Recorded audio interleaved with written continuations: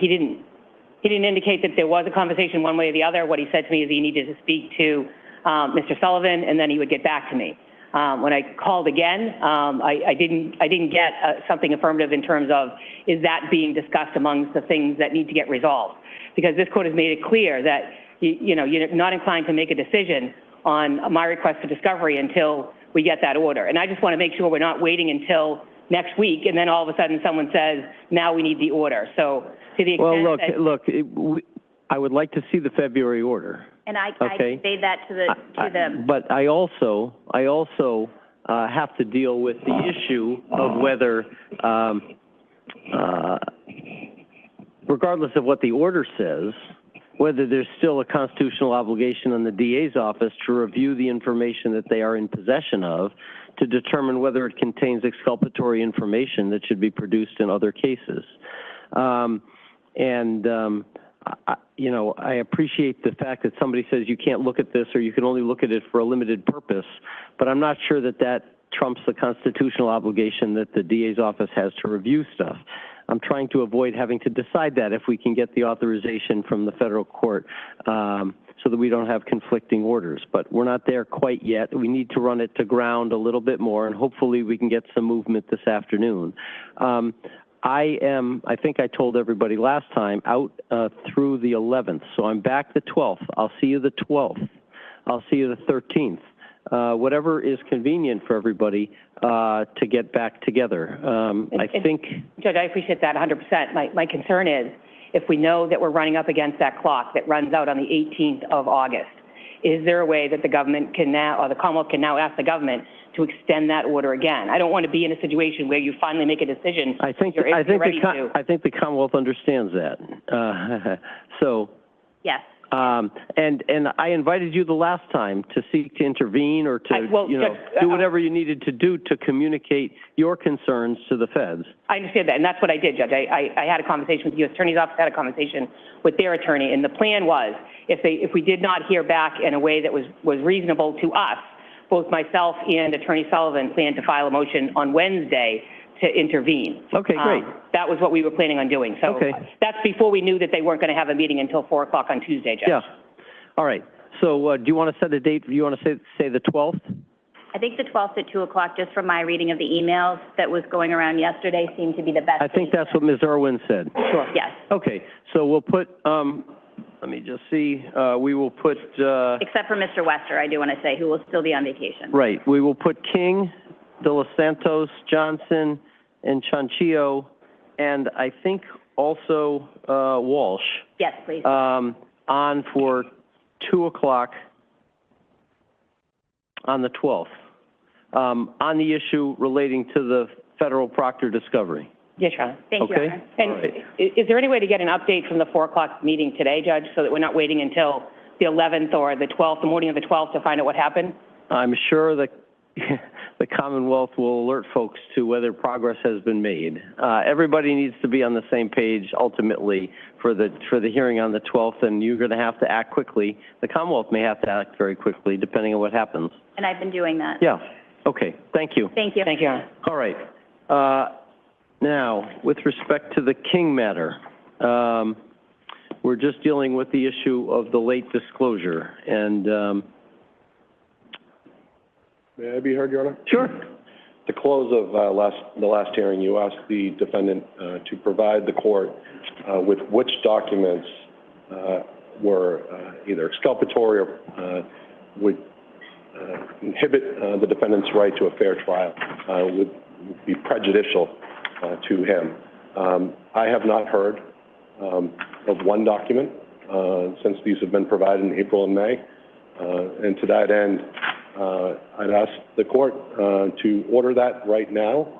I think that this has gone on. This is now the second day of a hearing, and the Commonwealth is unaware of which document or which documents are prejudicial to the defendant and will prevent him from having a fair trial.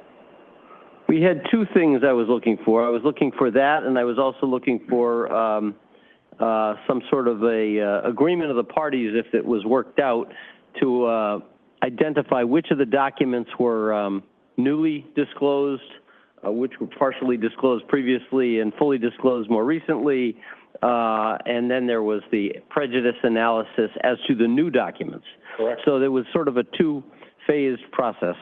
I don't know whether either one of those phases happened, whether the parties met and tried to work out an agreed list as to what was new or what was not new.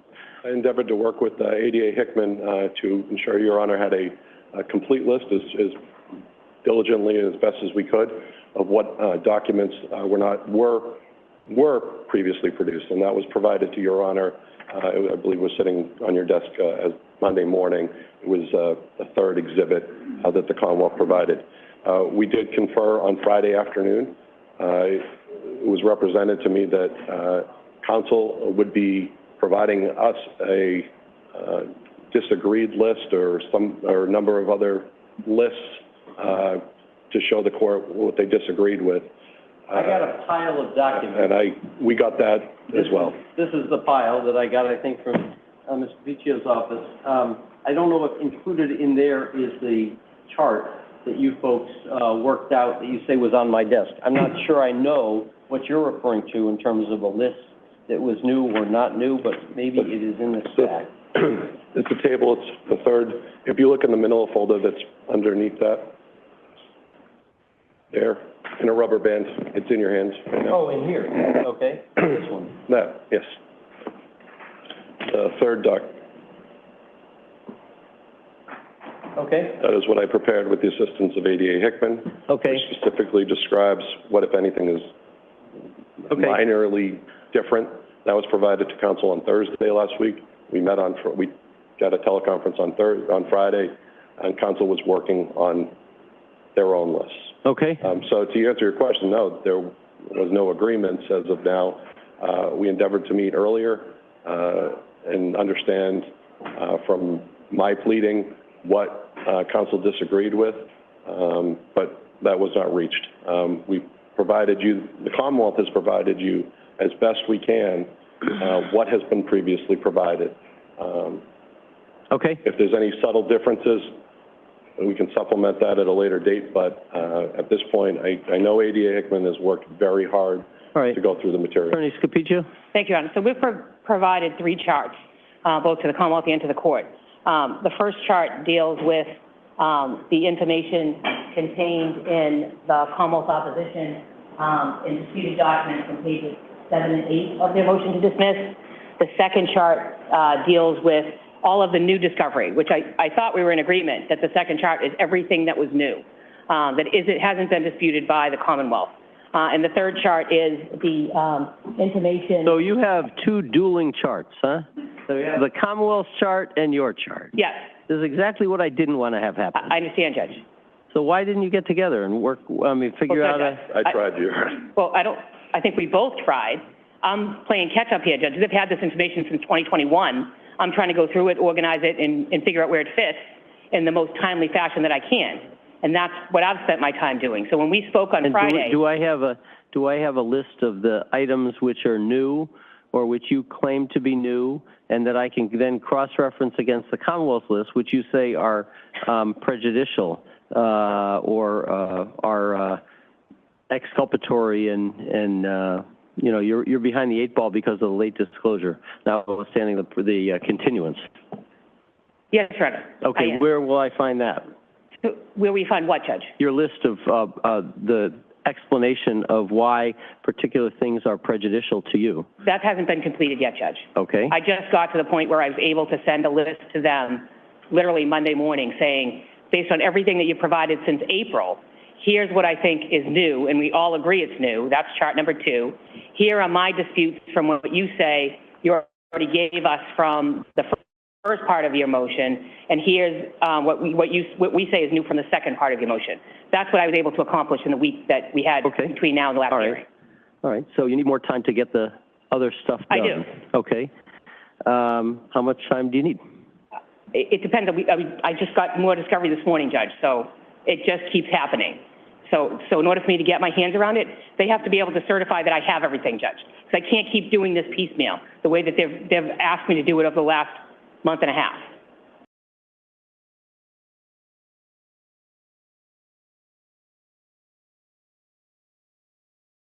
Okay. Between now and the last hearing.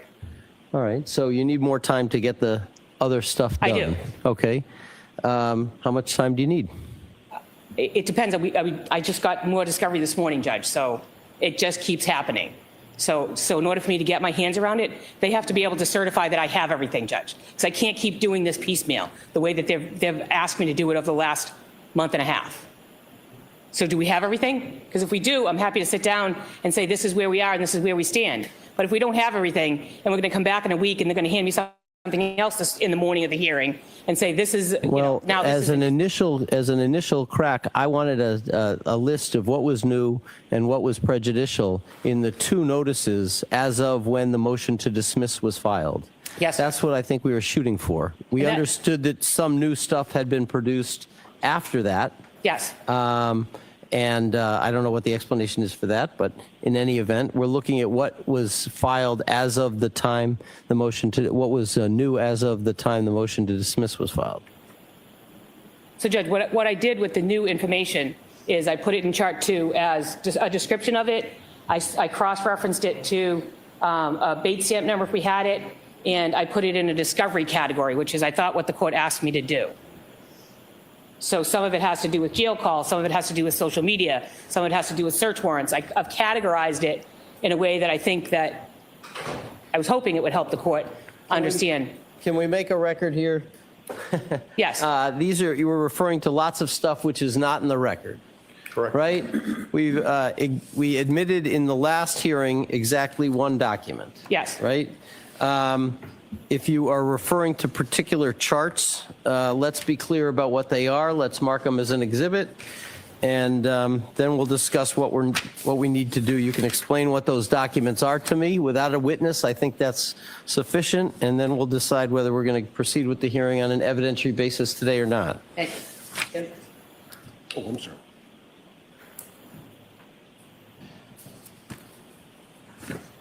All right, so I've been handed 3 charts, Chart 1, Chart 2, and Chart 3. You're moving their admission? Yes, Your Honor. Okay, any objection, at least for the record here? No objection, Your Okay, Honor. so these will be marked as, unfortunately, Exhibits 2, 3, and 4, because we already have an Exhibit 1. And may I admit the Commonwealth's exhibit? The chart. This is the Commonwealth Exhibit. Yes. Any problem with this? No, Your Honor. Okay, so this They will have be heard. Exhibit 5. Thank you, Your Honor.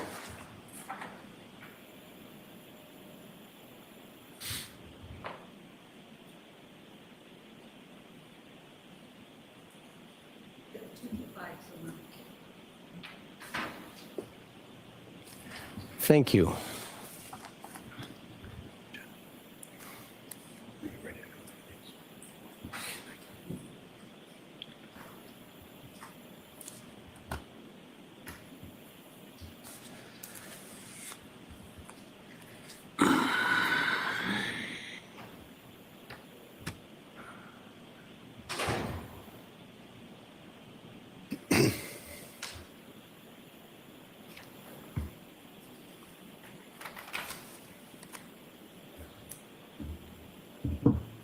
All right, how do I deal with these charts? How do I read them? They look like you're talking past each other to some extent, that they're not, that so if I look on Exhibit 2, which is the defense chart number 1, discovery address in Commonwealth opposition to our motion to dismiss.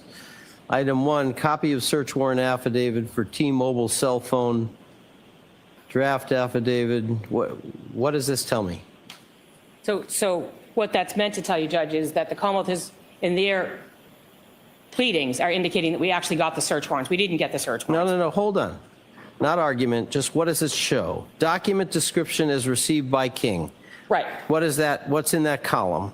So that column is what we actually received as opposed to what the Commonwealth is claiming they gave us. And it's categorized. So the Commonwealth is claiming, so for the first 2, Judge, if I can just show you. For the first 2, the Commonwealth is claiming that they already provided those search warrants to us. They haven't provided the search warrants to us, Judge. In fact, what they provided to us was No. Just slow down. I want to understand what Exhibit 2 shows. So Exhibit 2 takes the Commonwealth's opposition. What's in column 1? Column 1 is the description that was received by us You're from the quoting Commonwealth. something from what? Discovery notices, Judge. Draft affidavit for search warrant 21 SW. I'm sorry, you're quoting what? We're quoting what the Commonwealth named these documents in their opposition, Judge. That's what the Commonwealth named these documents, to try to convince the court that we already had them.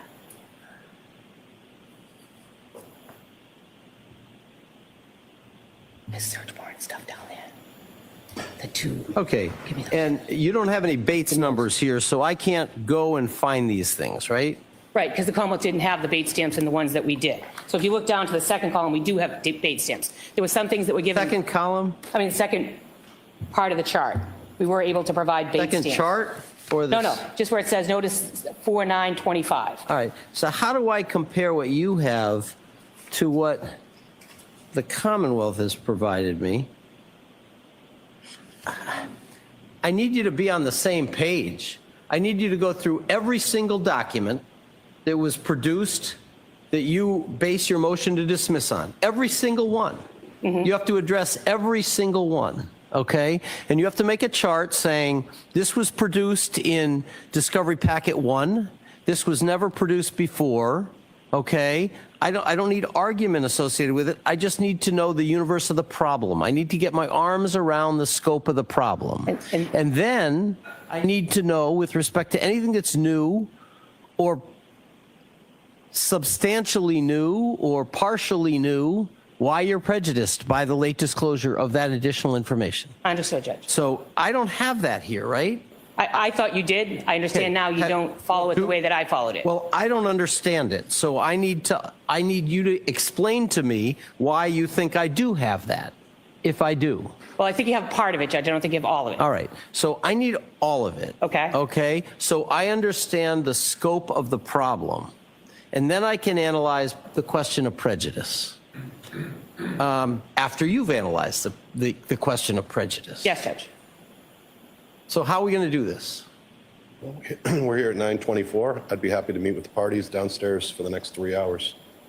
I think it would be a much more productive use of time than putting Mr. Lally back on the stand or anybody else. Because there are real constraints on the court's ability to provide a remedy beyond the remedy that has already been provided, absent real showing of meaningful prejudice. And so I need to understand where that prejudice is coming from. And so you're welcome to spend the next 3 hours doing that. Sure, Your Honor. Okay. I know everybody's here. I know we have witnesses here. I'm sorry about that, but I think we need to do this in a logical order. Thank you, Your Honor. I have a hearing at noon, from noon to 1, where I have to finish an evidentiary hearing in another 2 co-defendant case. That'll take me from noon to 1 o'clock.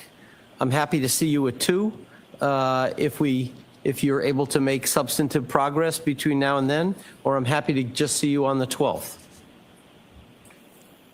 I don't know. But the where- 12th would not be for evidence. It would be for an explanation of the analysis that you've done on all the various documents that were apparently produced late. I don't know where we'll get it. I mean, we could let the clerks know if we could, I'm happy to report back at 2, Judge, if that's what you Yeah. want us to do. yeah. But I would like to release the witnesses. Yeah, I think you should release the witnesses. I think and I think, frankly, I should see you on the 12th, because if you're not done by 12 or whenever today, we're going to be together on the 12th. It's the soonest I can see you after today in any event, and it'll allow you to do the prejudice analysis, because that's the first part of it. That's great. Everybody's on the same page as to what's new. And then I need to hear from defense counsel document by document as to why it's prejudicial that this was lately disclosed. Yes, Your Honor. Your Honor, if I may, I believe we have one outstanding issue that was brought to the court's attention, and I believe Attorney Moynihan is here. We're done. We had the order of Judge Doolin of June 17th relative to Mr. Proctor's personal phone, and Attorney Moynihan has filed a motion on our last date relative to that order, and I wondered if we could address that today. It's the one outstanding issue that we have on Judge Doolin's June 17th ruling relative to Mr. Proctor's personal phone, Your Honor. Judge, I didn't know we were addressing that today. My understanding on the last date, Your Honor, is we put it down for noon because Attorney Moynihan would be here, and today would be the day that we'd be addressing this issue relative to Judge Doolin's order. I believe I asked the court on our last date whether or not this needed to go back to Judge Doolin, and Your Honor indicated that you had read the order and felt that you could make a decision. Frankly, Your Honor, I didn't notice we were addressing that today either. Would you like to be heard on the 12th also? I would need to check, but if I could be available on the 12th, but that would be a better date than today. Okay. You want to If I can check? just double Do you have check. your calendar? Sorry, Do you have your calendar? I'd have to just call my office. Okay.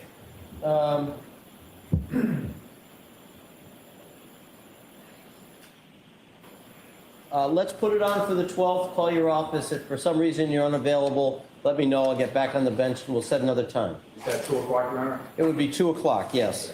I have the papers here. I didn't read them for this hearing, but I will take a look at them now. So if you decide you want to be heard today, I'll hear you on it. I prefer the 12th. I can let the clerk know if I'm available at 2. I believe I can be available. I have to double check if I can. Okay, all right. So if you can be available, we'll hear you on the 12th. Otherwise, let the clerk know and I'll hear you now, okay? Okay. Anything else we can do today? Thank you. Thank you. Court authorized.